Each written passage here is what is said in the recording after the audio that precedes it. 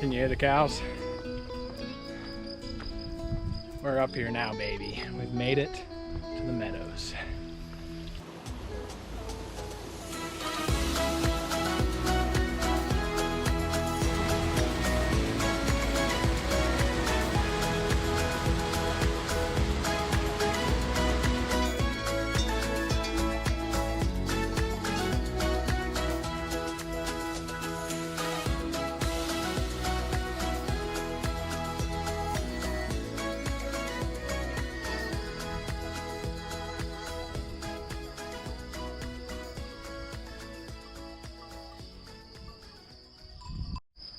All right, this walk has officially turned into a freaking bull watching tour, and there's 4 of them out of the cage right now next to me.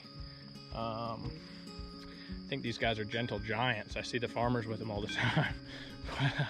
You're about to see what I'm witnessing, and it's intimidating.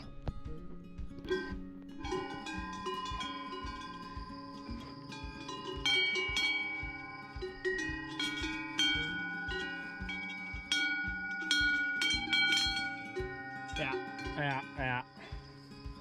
That's enough. That's enough of that. I'm gonna let those guys enjoy the rest of their day. We have more roadside cows coming up. Oh my gosh. We got them testing cars. Oh Lordy.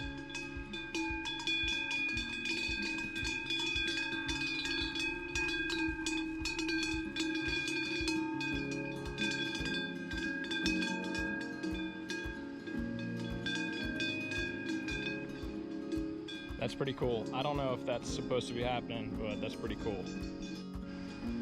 Right here, we have a break in the electric fence, and just so happens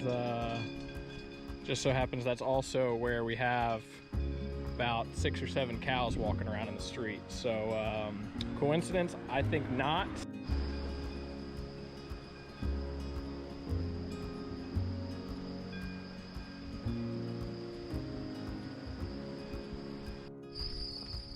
All right, just got some local insight. Used a little bit of French in my arsenal, and found out that cows on the road, not normal.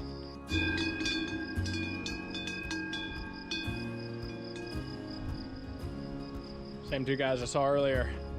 I'm also quite a bit further than I was earlier. Here they come. Back up on the road. What's up, dude?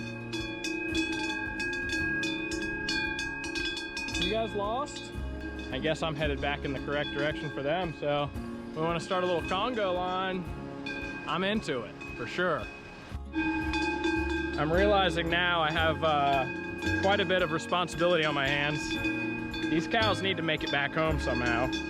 And right now, whether it's because I have a banana in my backpack or just because I'm a person, I am the, yeah, just took a left, still here.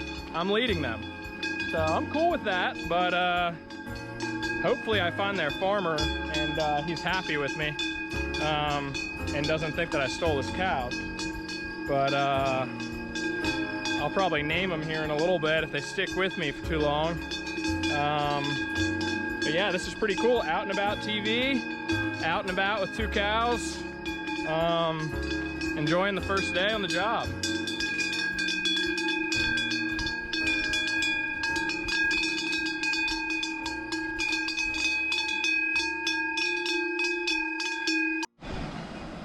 We got some people on the case.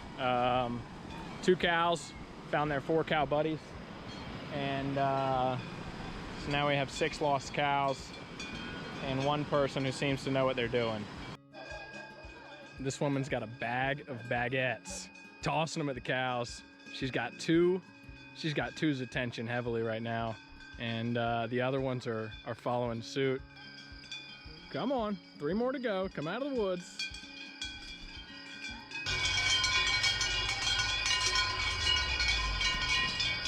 Success. That's what I like to call success. I mean, not back home yet, but someone with a big bag of bread has taken the reins, and all I gotta say is that woman is in control of the situation. And I'm happy I got to see almost all of that unfold. I mean, I was right there.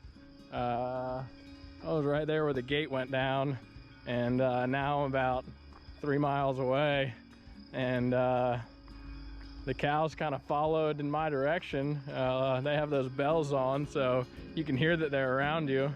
And yeah, cows are in good hands, following the bread lady. Until next time.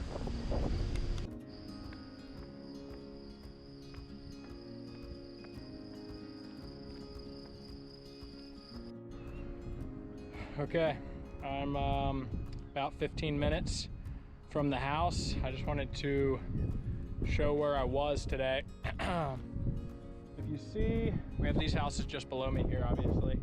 And then you have that hill there, and you have a bigger hill after that, and then you have that mountain. It doesn't really have snow on it. That's the one I was pointing to earlier that I said I was going to climb and camp at some point. So where I was is where you see the village, starting there, up in the hills, and then you have the light green trees, and then it gets dark green. I was somewhere right where it gets dark green today, walking along what they call the Biss, which is like a creek. That's where the cows are, that's where the huskies are. It's a beautiful area. It's called Seviers. So I actually ran most of the way back. It was downhill, and at some point it was just easier to kind of jog than it was to walk. So I started jogging and ended up picking up the pace and did the last 4 or 5 miles running. But I'm worn out now. But yeah, last time I did it, it was like 12 miles round trip. But today I did a little bit of wandering. So it could have been about like a 15-mile day. A lot more than I'm used to. I don't know, if I can do 15 miles a day, I can easily do some overnighters. And this was just the afternoon. I left at like 2 o'clock, 2:30 this afternoon. So, you know, if I give myself a whole day, obviously have some food with me, take a nice little break, find some lakes in the middle of the day to jump into. I'll be covering some ground out here, and there's a whole lot more to see. So today is finished. The first documented practice for my 10-day hike that will start in France and end at the Matterhorn in Switzerland. It's called the Walker's Haute route. I found it just by luck. I mean, I guess I was bound to stumble upon it eventually, because I was just looking up hikes in this area. The Walker's Haute route seems to be pretty famous. It goes from Mont Blanc, I think the highest peak in Europe, which starts in France, across the border into Switzerland, and then walk the Swiss Alps up and over a few peaks over the course of, you can do it between 6 and 14 days, and I'm aiming to do it somewhere right in between, 10. So yeah, that's the end game. That's that I got into this. Super excited to start this channel. A lot of great things to see. I think you guys are better off when I'm in the cold water because I can't talk as long. So I'll spend some of my time talking in the cold water. It gives us about 2 minutes, 3 minutes, and then I'm out. So if I'm in the cold water, you guys are spared some of these long-winded walking talks.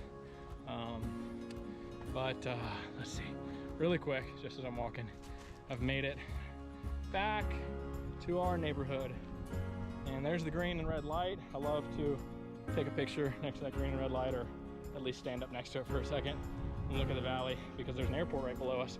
I guess they use this, but I made it to the green and red light, which means it literally is all downhill from here, which makes me happy. I'm really excited I experienced today. I'm very grateful for this beautiful valley, and grateful to have the equipment to enjoy it and the equipment to record it, share with you.